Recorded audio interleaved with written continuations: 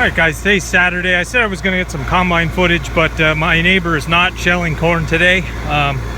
Must have had something else going today and he's not home, so combines are sitting. So anyway, I figured since I can't do any harvesting of my own, I got to get this fertilizer spreader all straightened out, get it hooked up the way it needs to get hooked up, grease everything. The guy I bought it from had said he was going to grease everything, but there were a couple fittings that didn't take grease, so I had to change them, and went over everything. The rust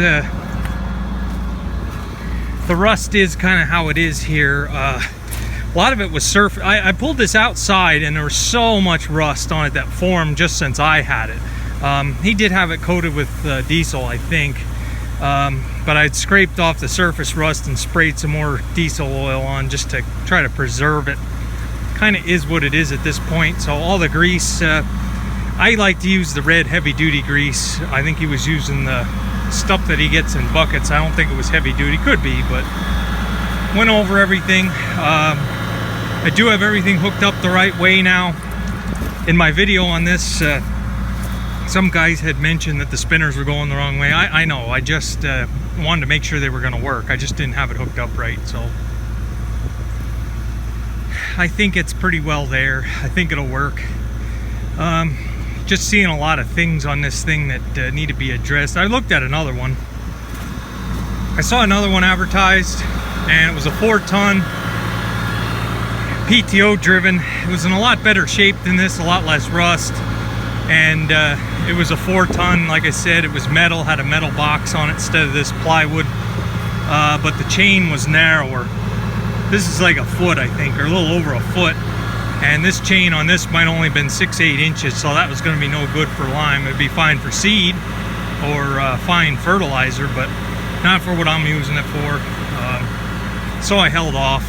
I was going to trade this before I even used it, but I guess that's how it goes sometimes. This does have an auxiliary motor in here, I'd said, to run this. Looks like, I think that's what it does. I think it bypasses this tire, and you can put a chain on here and run your floor chain, the webbing, and use that motor instead of the tire.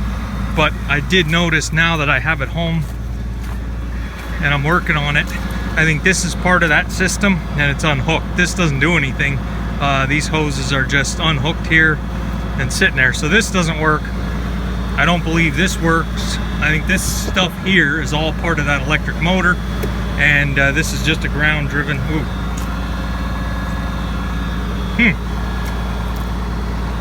Yeah, maybe. So that's where we're at here. Should be pretty well ready to roll. I didn't want a video until I was done with everything and washed my hands, because this thing is a greasy mess for sure. But I did get some diesel sprayed on the worst spots. I got everything greased, changed the bad grease fittings. I have it hooked up. I do want to use this safety chain. I know some guys might not bother with it, but being that this is so unstable up here, I do want to figure out how to hook up this safety chain in case something happens with the pin, because I'm on hills. If I was on the flat land, I probably wouldn't bother with it, but on the hills, if the pin jumps out, your spreader's usually gone. So we want to hook that up yet. The 986 should run this. I don't think I'm going to fill it pretty full. Should have plenty of power and weight. So I have this open. I was trying to read this chart. It makes absolutely no sense whatsoever. This chart, it has you doing long division, and you have to punch in the quadratic formula, and I don't know what else. It's just what I got out of it with what I was able to figure out is notch number 9 is the highest this goes. If I put it all the way up into 9, it's only going to put about 1,500 pounds out. So I don't know if that's going to be for lime or if that's just for like a fine fertilizer. It doesn't give you a setting for those. I have no speedometer to tell how fast I'm going. It is ground driven, so this is going to be very not very accurate on my end as far as the amounts. But I want to put a ton to the acre, but like I say, this is as far as the gate opens. It only goes to 7. And if 9 is only going to put out 1,500 pounds, I don't want to have to go over it again. We'll have to look into it. I'll have to figure it out. No GPS, so we're just going to be looking for the white lime. Supposedly, the guy told me it spreads 30 feet, but that's at a certain RPM. You can up or down your RPMs, and you can get it to throw it wider. At PTO speed, I'm thinking he said he ran it at 1,800 or 1,900. At PTO speed, it should throw it further, but I don't know. It's all going to be guesstimating. But it is lime, so it's not like it's I'm not putting urea down where you're gonna see the terrible streaks. You might a little with the lime, but at least with lime it's white, and you have kind of a visual reference to see where you're spreading, where you spread already. If you're in like grass and you're spreading potash, you're never gonna see it. You're not gonna see your potash from the tractor, so we'll have to figure it out. It's going to be a lot of trial and error. I don't know if the loader's going to reach yet up into there. Now that I put these other tires on, I got to watch I don't run the front of the 395 into the tires to reach that. I'm going to try to park this kind of downhill of the loader. If it's not going to work, I'm going to just have to take, this is all part of the structure, I'm going to have to take the Sawzall and cut some of this out, this plywood, just so I can reach. I do not intend on going any higher than about here with the material, just because I don't want it to bridge, and I don't know how much weight I want to have going through the no-till fields. I don't want to see where I drove, so it's going to have to be dry when I do it, but I don't know.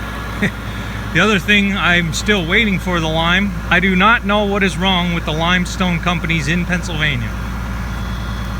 I just don't know what their problem is. I don't know why they can't get lime to the farmer in a decent time frame. This is going on a month or more now, and if you guys remember last year, that was 3-4 months till I got the lime that I had ordered. So I just don't know what's going on. I don't know what happens at these quarries. I don't know what the deal is. I just don't know.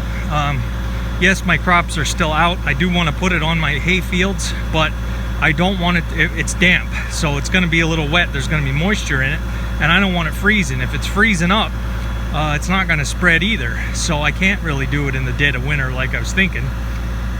So I don't know. If you guys have any other advice on handling damp lime in the bitter cold, I don't really want to put it inside anywhere. I don't really have a place inside, and there's no place for a truck to dump it inside. I'd have to dump it outside and then move it in. Just too many steps. I could tarp it maybe, I don't know. We'll have to figure it out. Either way, it's not here. So, alright, I'm pretty well done servicing this thing. It should be ready to go as far as I know. Haven't used it yet. We're only going to put maybe 3 bucket loads in for the first trip, just in case something breaks and I have to end up, I might only put a bucket in case something breaks. If I have to shovel it out, that's not going to be fun either, so we'll see. Flying by the seat of my pants here in this one, but that's pretty well normal for smaller operations. So alright guys, I'll come back with you. I'm going to test this again to make sure it's going to work. Alright, it just went up and down the driveway. This is why I like to do tests. This tire here just about popped off of the bead here. This drive tire had no air in it, so I did put air in when I brought this home. So this has a leak. I don't know how bad of a leak, but 488. It looks to be on here like it's tubeless, so I might want to pick up a tube for this drive tire here just so I have it. But yeah, I put it down and it looked all right, and I was going along and I just see it starting to push off to the side like it was going to come off the bead. So I don't know if it's not running straight, but whatever. I got some air in it. I should check these tires, make sure. Yeah, that one seems a little low, so a little bit of testing today, I guess. Alright, so there is no divider in here. We've got a foot of surface area. That's about the only thing I can see going wrong, is it'll bridge. There is no shield though.